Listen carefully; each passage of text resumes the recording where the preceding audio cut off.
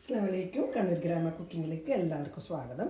ഇന്ന് ഞാൻ വഴുതിരിങ്ങ കൊണ്ട് ഒരു യുണീക്ക് റെസിപ്പിയാണ് ഉണ്ടാക്കുന്നത്. അത് സ്റ്റാർട്ടറായിട്ടോ സ്നാക്സ് ആയിട്ടോ എങ്ങനെ ഉപയോഗിക്കാം.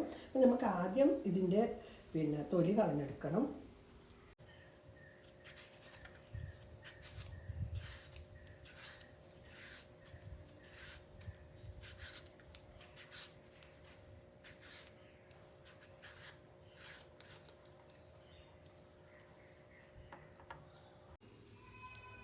തൊലി അതിനെടുത്തിട്ടുണ്ട്.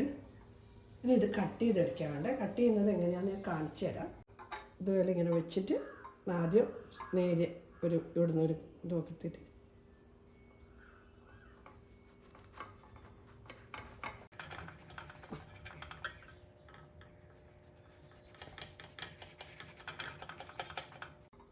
ഞാനിത് വണ്ണെല്ലാം കുറഞ്ഞതുകൊണ്ട് തന്നെ ഒരു 4 പീസാണ്. ചിലത് നല്ല വണ്ണമുള്ള വഴുതിരിക്കായിരിക്കും. അപ്പോൾ അതിനനുസരിച്ചിട്ട് കട്ട് ചെയ്തെടുക്കാം. എത്ര പീസ് വേണമെന്നുള്ളത്. ഇനി ഇതുപോലെ തിരിച്ച് വെക്കുക.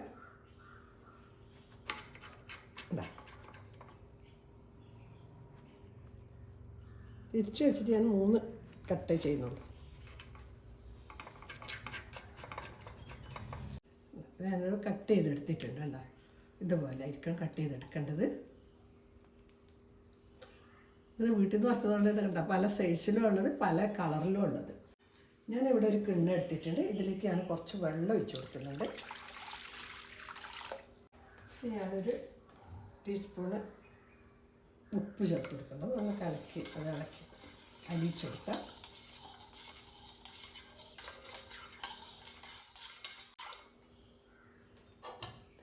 നേരത്തെ കട്ട് ചെയ്ത് വെച്ച വഴുതിരിങ്ങ ഇതിലേക്ക് ഇട്ട് കൊടുക്കുക.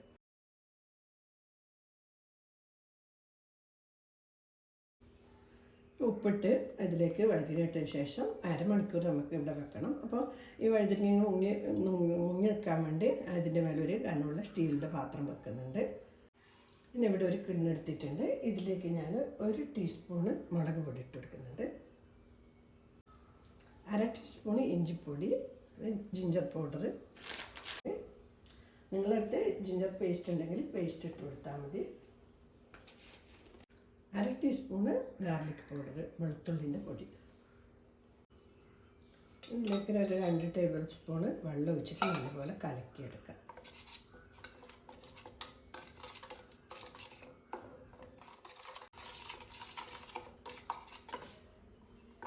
ഒന്ന് പേസ്റ്റാക്കി എടുത്തിട്ടുണ്ട്. അതിന് ഇട്ട് വെക്കുന്നത് 1 ടേബിൾ സ്പൂണ് കോൺഫ്ലവർ പൊടി, 1 ടേബിൾ സ്പൂണ് അരിപ്പൊടി.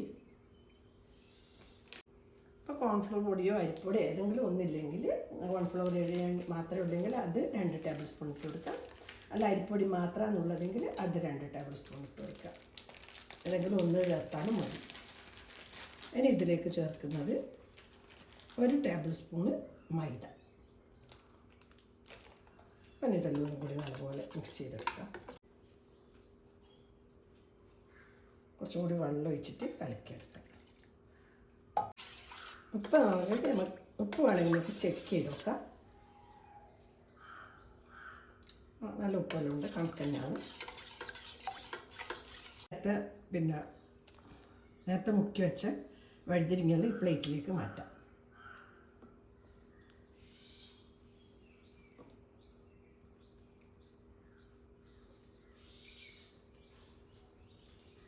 ഇത് ഒരു കിച്ചൺ ടവൽ എടുത്തിട്ട് നല്ലപോലെ ഇതിൻ്റെ വെള്ളം മുക്കിക്കളയാം.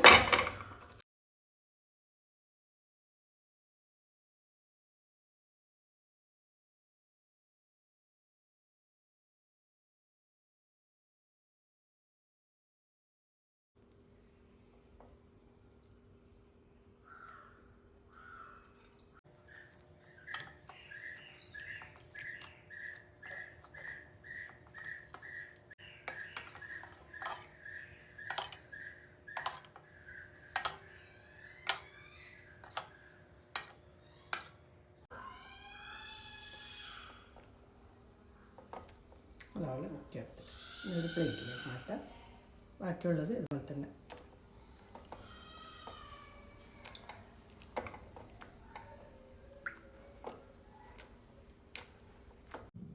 നല്ലപോലെ മസാലയൊക്കെ മുക്കിയെടുത്തിട്ടുണ്ട്.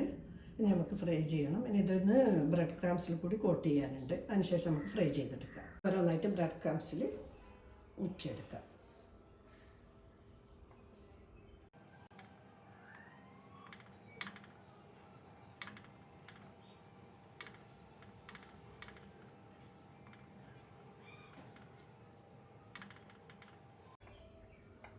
കോട്ട് ചെയ്തെടുത്തിട്ടുണ്ട്. ഇതുപോലെ തന്നെ ബാക്കിയുള്ളതും മുക്കിയെടുക്കാം. ഇതിലൊക്കെ 3 പീസാണ് ഉണ്ടാക്കുന്നത്. ആ 3 പീസ് ഞാൻ ബ്രെഡ് ക്രംസിലൊക്കെ മുക്കിയെടുത്തിട്ടുണ്ട്. ഇനി നമുക്കിത് ഫ്രൈ ചെയ്തെടുക്കാം. എണ്ണ നല്ലപോലെ ചൂടായിട്ടുണ്ട്. പ്രത്യേകം ശ്രദ്ധിക്കണം, എണ്ണ നല്ലപോലെ ചൂടായതിന് ശേഷം മാത്രമേ നമ്മൾ ഈ വഴുതിരിങ്ങ ഇട്ട് കൊടുക്കാൻ പാടുള്ളൂ. അതായത് ഇതുപോലെ നല്ല ഇട്ട് കൈ ശ്രദ്ധിക്കണം.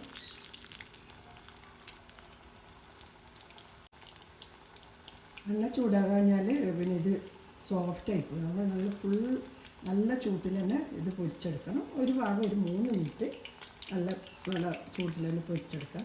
ഫുൾ ഫ്ലെയിമിൽ തന്നെ 3 മിനിറ്റ് കഴിഞ്ഞിട്ടുണ്ട്. ഇനി ഇതൊന്ന് തിരിച്ചിട്ട് കൊടുക്കാം. മറ്റേ ഭാഗം ഇതുപോലെ തന്നെ 3 മിനിറ്റ് ഫ്രൈ ചെയ്തെടുക്കാം. ഇതായിട്ടുണ്ട്. അപ്പോൾ നമുക്ക് ഇതെടുക്കാം. അപ്പം കുറച്ച് നേരം ഇതുപോലെ എണ്ണ ഇച്ച് തരാൻ വേണ്ടി ഇതുപോലെ പിടിച്ച് റെഡിയായി.